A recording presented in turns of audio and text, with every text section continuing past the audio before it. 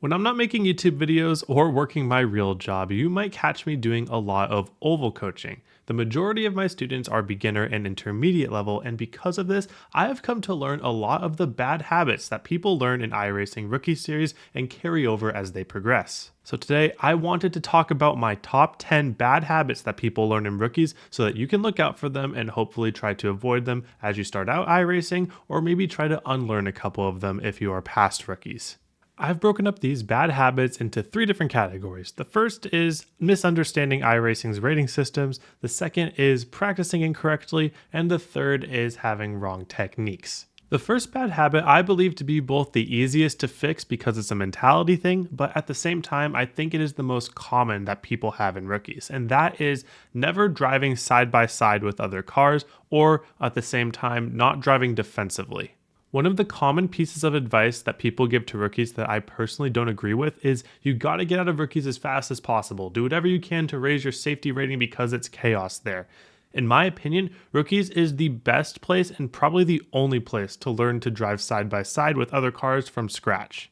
Because rookie cars are lower powered and can take a bump a lot easier, and you can door bang with each other easier without having your races ruined, this is the perfect scenario to learn to drive side by side with other cars, because if you skip this step, you're going to have to learn it in cars where your race and other races can be ruined in the process of learning. Not to mention, with all of the spots that you give up by not ever learning to drive defensively, you'll find yourself in lower splits than you may deserve to be in the upper series, which leads to even more chaos.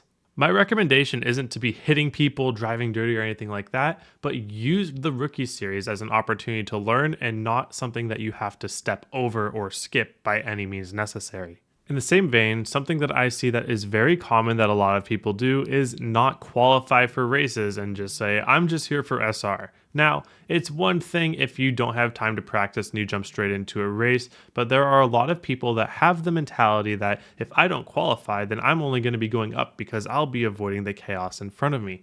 But at the same time, this is a very short-minded way to think about it. Now again, this advice is for people that have serious intentions on progressing and not for people that want to take iRacing a little more casually. That is completely fine. But what I don't like to see is people wanting to take iRacing seriously and then just not qualifying because they think that they have the best chance of finishing better in that particular race. But sometimes getting better isn't about how well you do in a single race, it is about what you can learn within the race. And sometimes starting mid-pack will teach you a lot more about racing than starting in the back and passing 7 wrecked cars will. And if you have time to practice qualifying and get to the point where you can qualify up front, driving around faster cars will always help you progress faster than driving around slower cars. I totally get from personal experience that it's a lot more fun to be passing cars than it is to be passed, but sometimes those cars that are passing you are the ones that will be teaching you things without them even knowing it that'll help you get better. And then once again, the side-by-side action that you would get from defending that position will also teach you things about alternate lines, where to hold other cars in the corner, certain things like that. And the final mentality thing I want to cover is over-prioritizing iRating. You'll see a lot of people coming out of rookies and really saying, man, I want to keep my 1400 iRating, or I want to keep my 1800 iRating, or if I get to 2000 iRating, that's all I want. And that's very cool to have a goal like that, but at the same time, you could be doing things that were going to actually be holding you back from getting better if all you're going after is a number.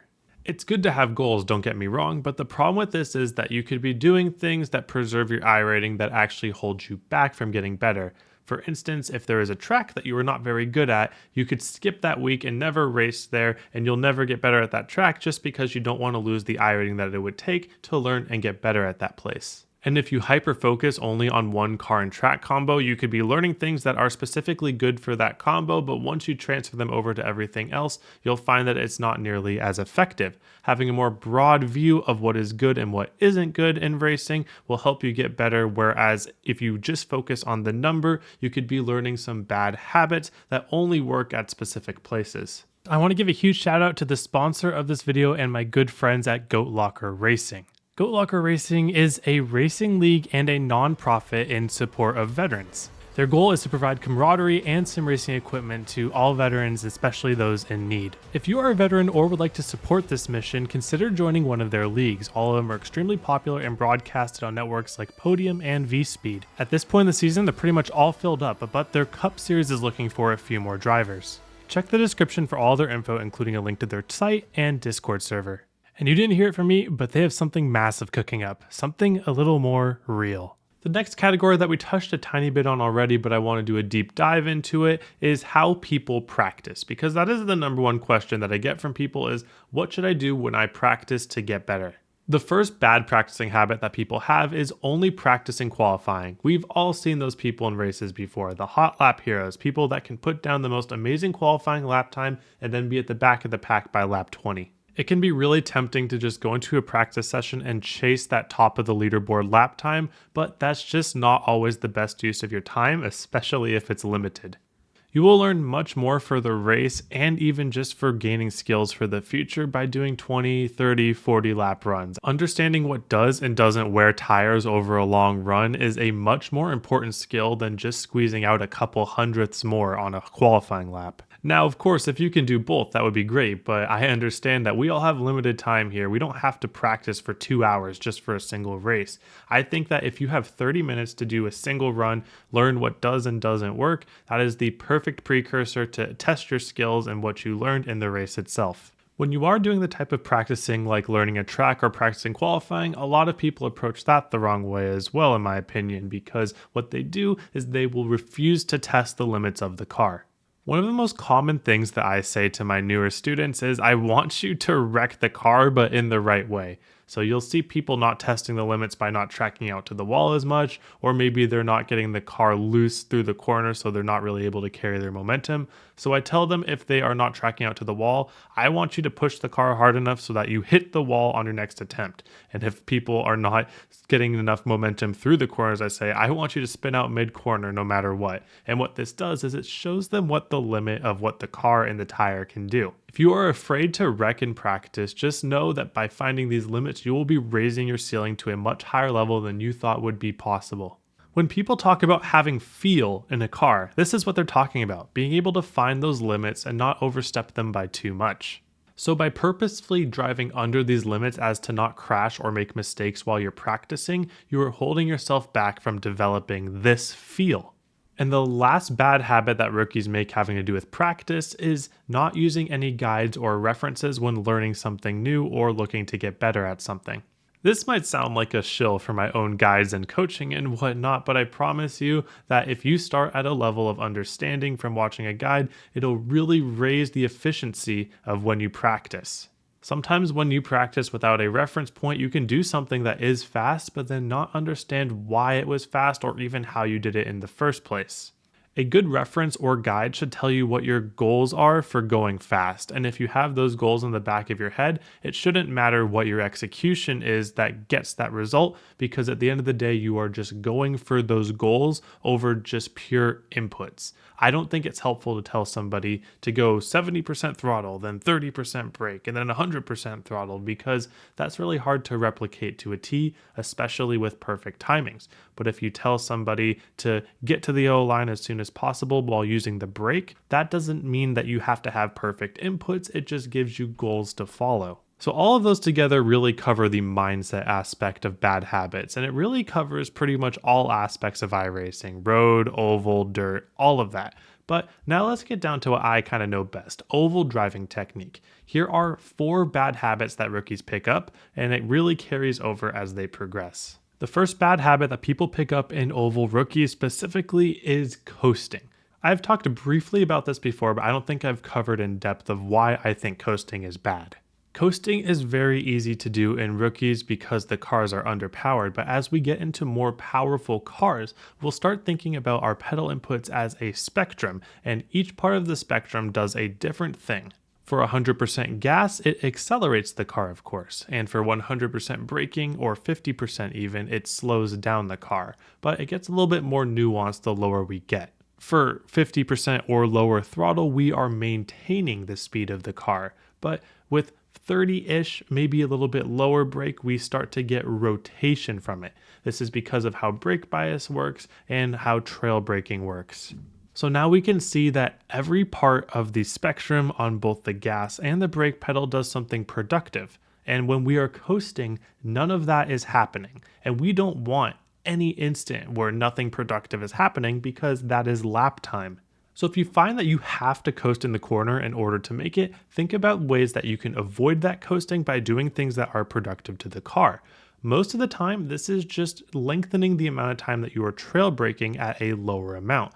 Because if you are rotating for a longer period of time, that means that you can get back to the throttle and maintaining your speed at an earlier point. That's just one example though, and there are plenty of different answers that each problem can have, so just try for yourself and see that you can improve your lap time and your tire saving by doing these things. The next bad habit that oval rookie cars teach is the light switch inputs. I'll take that from Schildhouse himself. The thing about oval rookie cars is that you can get away with not being smooth on your pedal inputs because they are underpowered.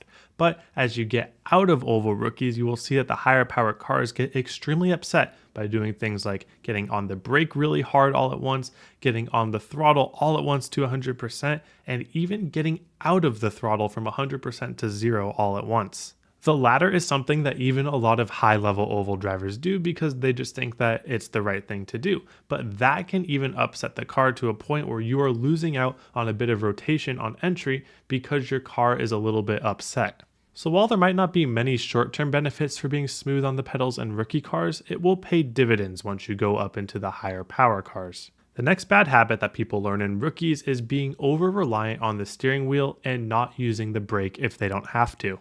At a combo like USA and the street stocks, you can definitely get through the lap without using any brake, and people think that because of this, you shouldn't use the brake because slow pedal make you go slow, of course.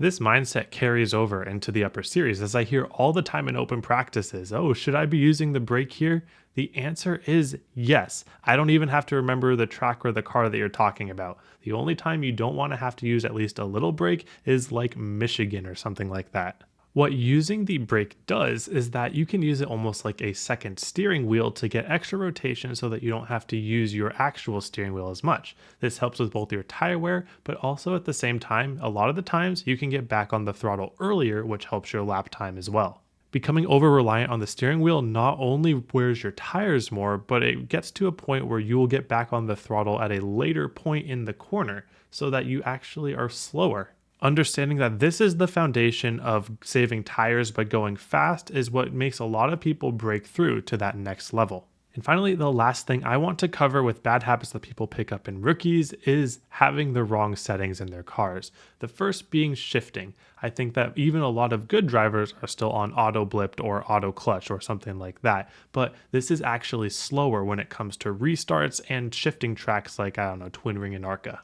Learning anti-stall clutch will take you less than 5 minutes, and after that you will have improved starts and restarts. And if you want to get super try hard, you do no clutch assist at all because that'll help you with your pit launches. Another very important thing is understanding brake bias. One of the very first videos I made on this channel was on brake bias, so I will just direct you guys to check it out. But the gist of it is that you want to have a brake bias low enough to where you get rotation into the corner, but if you start sliding your rear tire as you get under normal braking, that means it is too low. So learn to mess around with that and find what is best for you. Let me know some of the bad habits that you think you picked up in rookies or what you see other people do. Alright, thank you all for watching. Hope you have a wonderful day, and I hope to see you all on the track.